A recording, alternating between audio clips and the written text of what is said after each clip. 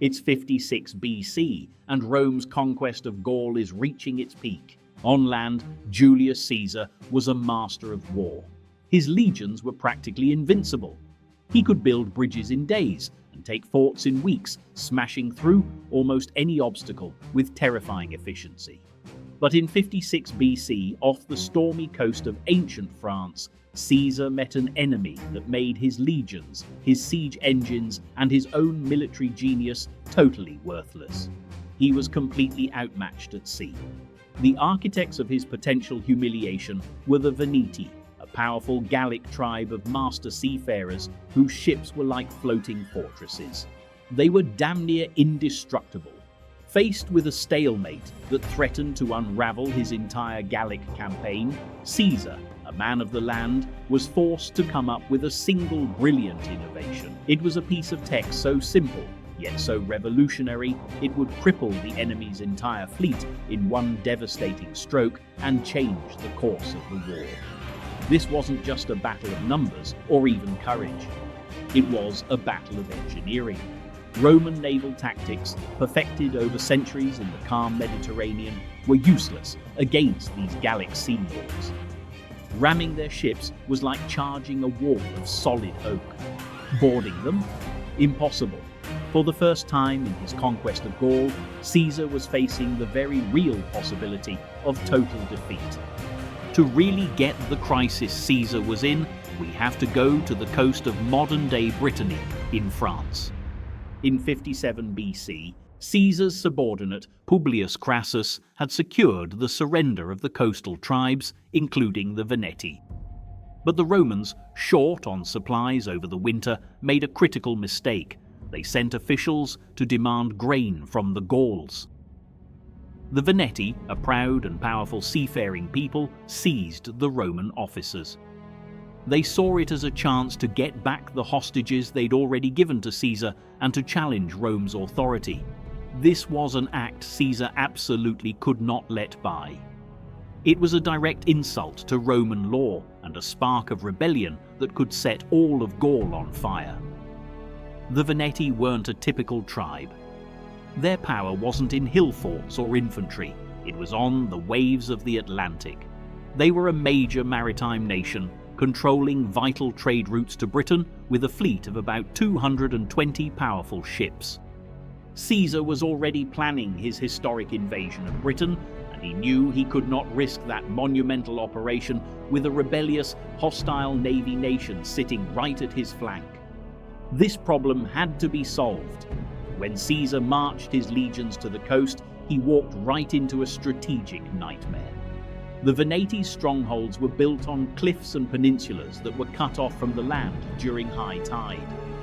Roman legions would spend weeks building massive siege ramps to attack a town, only for the Veneti to wait for the tide, load their families and valuables onto their ships, and simply sail away to another fortress down the coast. Caesar's army, the most effective fighting force on the planet, could do nothing but watch their enemy slip away again and again. He was winning battles, but losing the war. Caesar himself wrote that he realized this campaign couldn't be won on land. He needed a fleet. He ordered ships built on the Loire River, a monumental task. But even as his new fleet assembled under his legate, Decimus Brutus, the Romans knew they were at a huge disadvantage. Roman warships were Mediterranean galleys, light, fast, powered by hundreds of oarsmen. Their main tactics were ramming, punching a hole in an enemy ship with a bronze beak, or using a boarding bridge to let their superior soldiers fight on enemy decks. The Veneti ships, though, were a whole different animal, perfectly engineered for the violent Atlantic. Caesar described them with a mix of frustration and respect.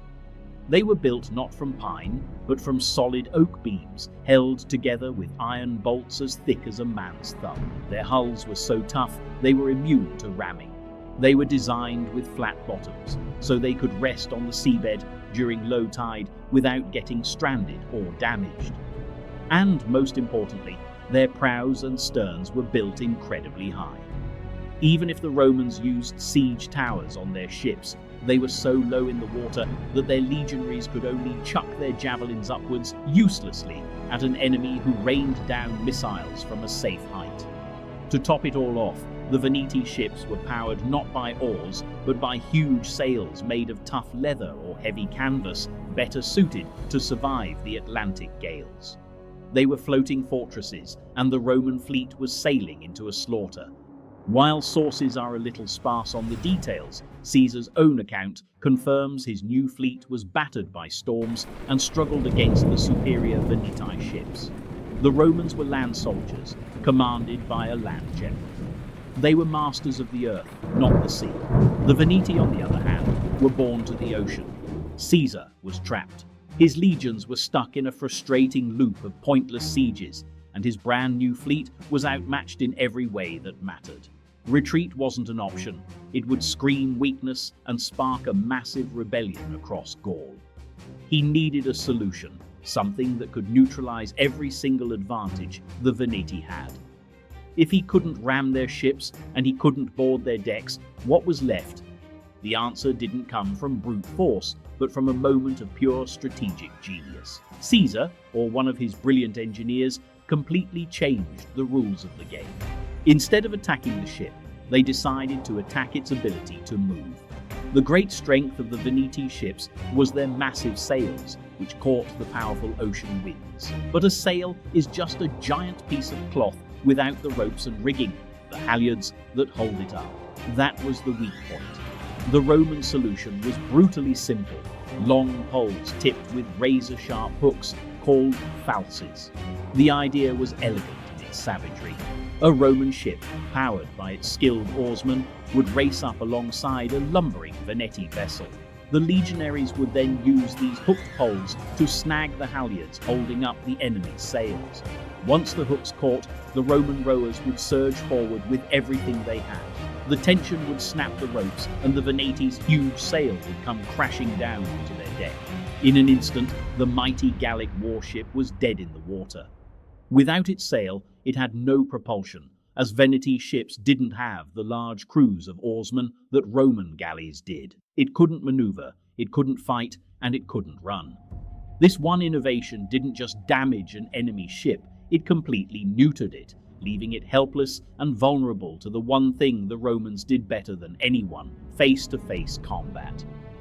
In the late summer of 56 BC, the stage was set for one of history's most creative naval showdowns, likely fought near Quiberon Bay. From a high cliff on the shore, possibly near modern St. Gilda de Rhe, Julius Caesar and his legions watched as the Roman fleet under Decimus Brutus sailed out to meet the enemy.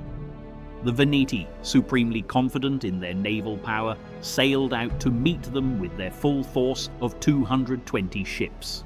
The battle kicked off around 10 in the morning. As the fleets closed in, the mismatch was obvious. The towering oak ships of the Veneti dwarfed the low-slung Roman galleys. For a while, the battle went exactly as the Gauls expected. Roman rams bounced harmlessly off their thick hulls, and Roman javelins fell short of their high decks. But then, the Romans unleashed their secret weapon. Roman ships, using their superior speed under oars, swarmed the larger Veneti vessels. They didn't try to ram, they pulled right up alongside.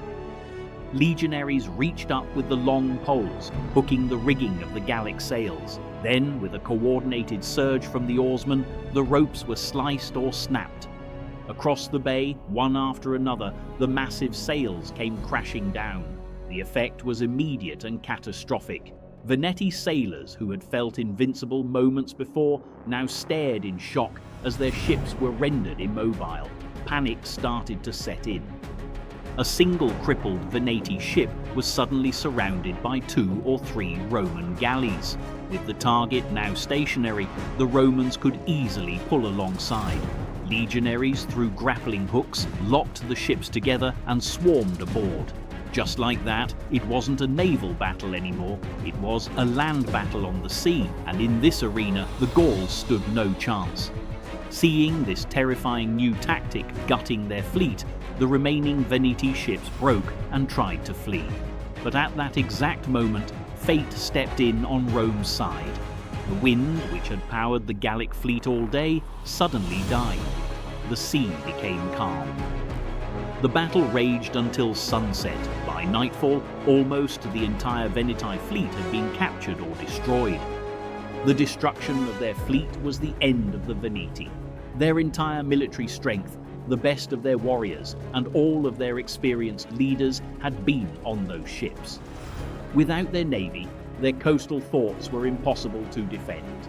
They had no choice but to surrender unconditionally. Caesar's punishment was swift and brutal. He wanted to make an example of the Veneti to ensure no other tribe in Gaul would dare to violate the rights of Roman ambassadors again. The entire Veneti ruling council was executed. The rest of the population was sold into slavery. It was a horrific end for a proud maritime people, but it cemented Roman control over all of northwest Gaul. The Battle of the Veneti is more than just another Roman victory. It's a masterclass in military adaptation. Faced with an impossible situation in an element he didn't command, Caesar didn't just stubbornly throw more men at the problem.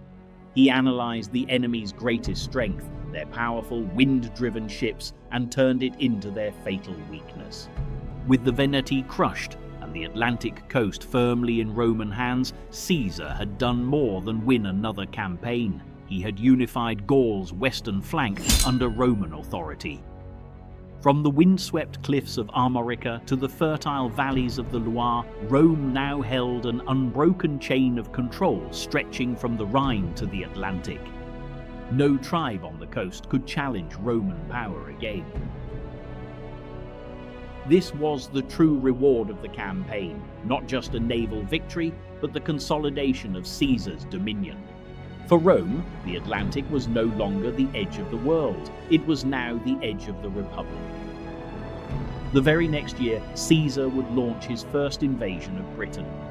But that is a story for another episode.